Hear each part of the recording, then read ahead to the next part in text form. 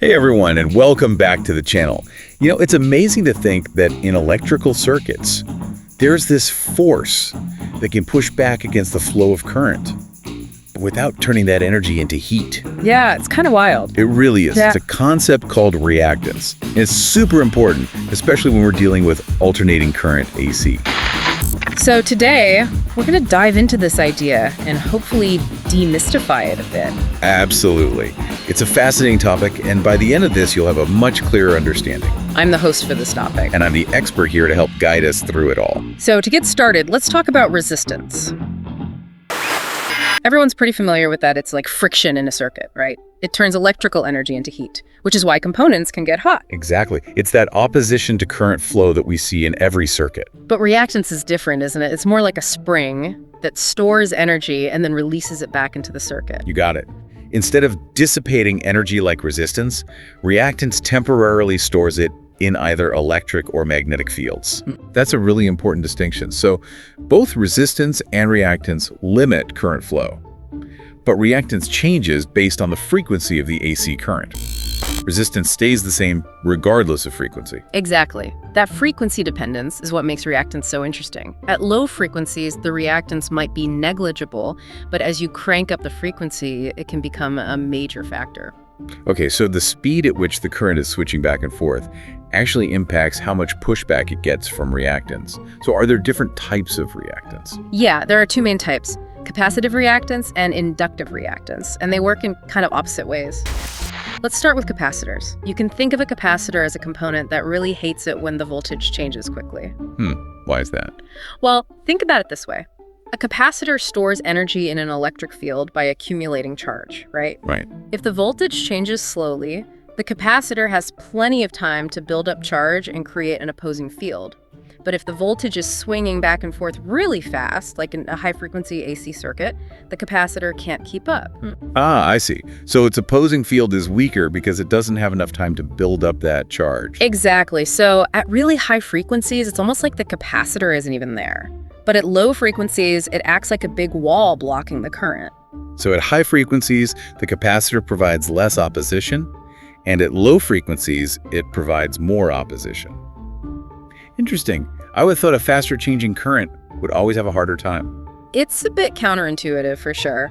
But just remember, the faster the voltage changes, the less time the capacitor has to store charge. Okay, that makes sense. So we've got capacitors and their dislike for quickly changing voltages. What about inductive reactance? What makes that unique? Well, inductors are kind of the opposite of capacitors. They really don't like changes in current. And instead of storing energy in an electric field, they store it in a magnetic field. Interesting. So how does that magnetic field come into play? Okay, so when the current tries to change in an inductor, that magnetic field actually pushes back, trying to keep things as they are. It's resisting the change. Exactly. At low frequencies where the current is changing direction slowly, the magnetic field doesn't have to work very hard to resist it. But at high frequencies, that magnetic field has to really ramp up to keep up with those rapid changes in current. So with inductors, a higher frequency means higher reactance, which is the opposite of what we saw with capacitors. This is a lot to keep straight. Yeah, it definitely can be. But you're doing a great job following along. Thanks. I think it's starting to make sense now. So we've got capacitors that dislike changes in voltage and inductors that dislike changes in current. Exactly. And understanding those core principles is key to grasping the broader concept of reactance. And, there's actually an even cooler phenomenon that happens inside inductors called counter EMF. Counter EMF. Okay, you got to tell me more about that. What is it? So as the current changes, the inductor's magnetic field, remember that magnetic field? Well, it actually generates its own voltage. It does. It does. And get this, that voltage tries to oppose the change in current. Wait, so it's like the inductor is fighting back against the very current that's trying to flow through it. Yeah, it's basically saying, nope, not so fast. I like things the way they are. That's counter EMF in action. Wow. That's incredible. So not only is there this magnetic field resisting the current, but the inductor is also making its own voltage to fight it. It's one of the things that makes inductors so interesting, right? Yeah, absolutely. And you said earlier that reactance plays a big role in power systems, right? What's the connection there? How does this all tie into how we get electricity to our homes? Okay, so picture those massive power lines stretching across the landscape. You know, the ones you see? Yeah. Well, those lines actually behave like giant inductors. Really?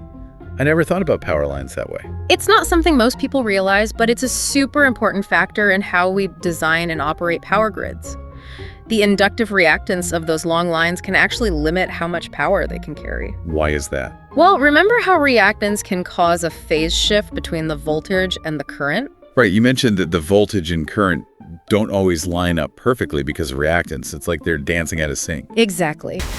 In a perfect world, the voltage and current would rise and fall together perfectly in step, but with inductive reactance, the current actually lags behind the voltage. And that creates problems. It can, yeah. Yeah. When the voltage and current are out of sync like that, not all of the power gets delivered to where it needs to go. Some of it gets reflected back, basically wasted energy, and that means less efficiency. So the more inductive reactance you have in a power line, the more power is lost because of this mismatch between voltage and current. You got it. It all comes back to that phase shift. And that's why power companies use these things called capacitors. Remember, capacitor. Yeah, they store energy in electric fields. Right. Well, power companies use them to help counter the effects of inductive reactance and minimize those power losses. So they're like putting capacitors in the system to kind of balance things out.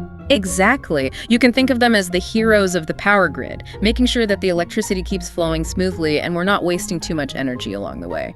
That's pretty amazing. We've covered resistance, the two types of reactance, that counter EMF thing, and now we see how it affects our power grid. It's really fascinating how much complexity there is behind something like electricity that we use every day. It is, isn't it? But we're not done yet. Remember, we still have one more big piece of this puzzle to talk about. Impedance. Impedance, you mentioned that earlier.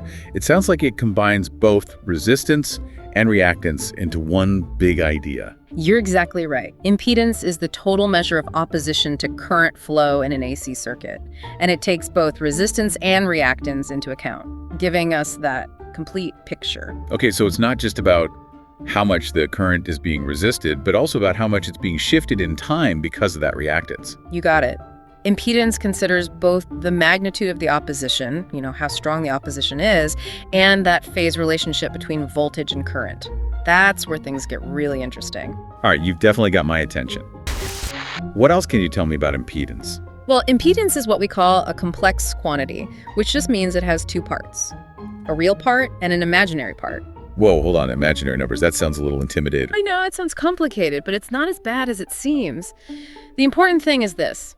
That imaginary part helps us account for that phase shift caused by the reactance, giving us that more complete picture. Okay, so the imaginary part helps us describe how reactance is messing with the timing of the voltage and current.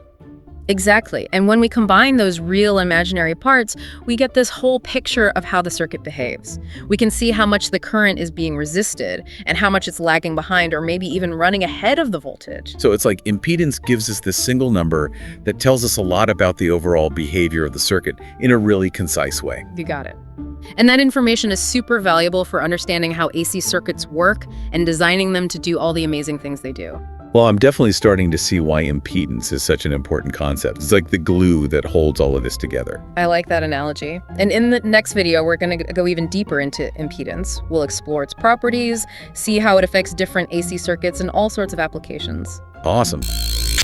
Well, this has been an incredible journey. We've covered so much, from resistance and reactance to this big idea of impedance. And we've just scratched the surface. There's so much more to explore when it comes to AC circuits. I can't wait. Before we wrap up, any hints about what we'll be tackling next? Oh yeah.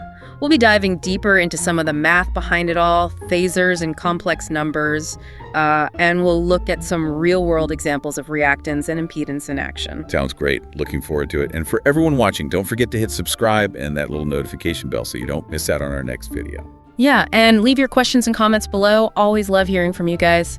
Thanks for joining us on this electrifying journey. Until next time, keep those sparks flying.